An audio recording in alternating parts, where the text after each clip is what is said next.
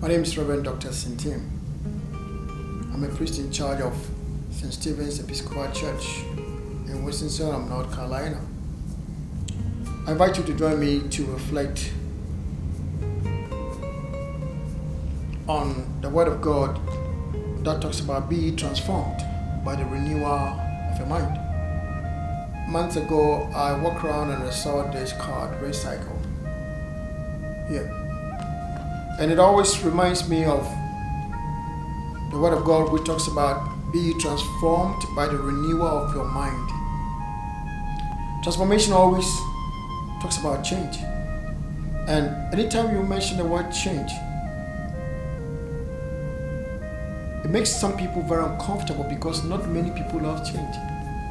Some people are used to their old way of doing the same thing all the time, and therefore the word be transformed, the word change, they struggle with it.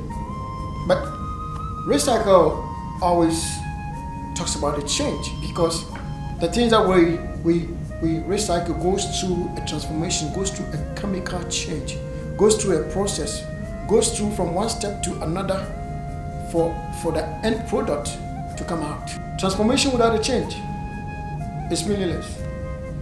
And as I go through, I see this card. Recycle this. And we are being encouraged in this new age to recycle our cell phones, our watches,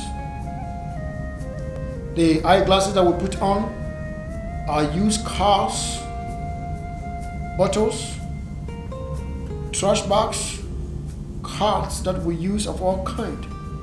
It is to help us to continue to get raw materials for our factories, for production to continue, for people to be employed, for people to make money, for the economy to grow.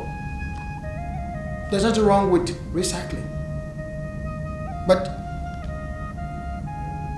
when we are recycling things physically, I think there's also the need for us also to look at the other side of recycling. For me, when it comes to the word recycle, we shouldn't look at it only from the recycling of materials, raw materials only. But I think it's more important for us also to look deep down into ourselves as to what are some of the things within our life that needs to be recycled. When we talk about recycling, if we can go back and then look at the good things in our lives, and if we can recycle those things, those behavior and those attitudes, those positive attitudes that unites, that builds, that develop, that bring joy and love, don't you think the world will be a better place to live? Don't you think our homes will be a place of joy and a place of peace? It is hard for many believers, many Christians, to read the Word of God, to listen to the Word of God, to be more prayerful than to spend time in reading newspapers, watching TVs.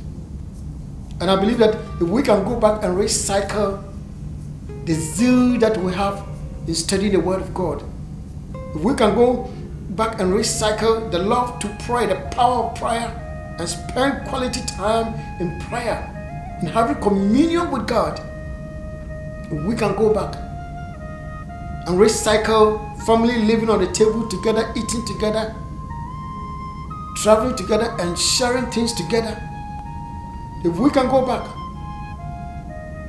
and recycle the unity and listen to our parents and listen to our friends, listen to our family, one another. Oh yes, if we can go back and recycle patience, be very patient with one another as we used to be. Some of us have to go back and recycle to have patience. We used to have patience, but these days we don't, because we are allowing the things that we cannot solve, the problems that we cannot deal with, the circumstances that we cannot handle, to overtake us. We are allowing the physical things in the world to disengage us from the spiritual things that God has called us to be. Today, many Christians go to church and call themselves believers of Christians. But when it comes to prayer, the power of prayer, of going to God, to talk to God, to rededicate and recommit themselves to God, we have a struggle. It is hard to get people to read the Word of God than to read newspapers. It is hard to get people to share the Word of God than to share a program watch on telly. And I believe that when we talk about recycling, there's also the need for us to look into our individual lives as a group, as a family, as a nation. To look at certain attitudes and behaviors that will bind us together, that will become a road model for all of us, than to things that will separate us.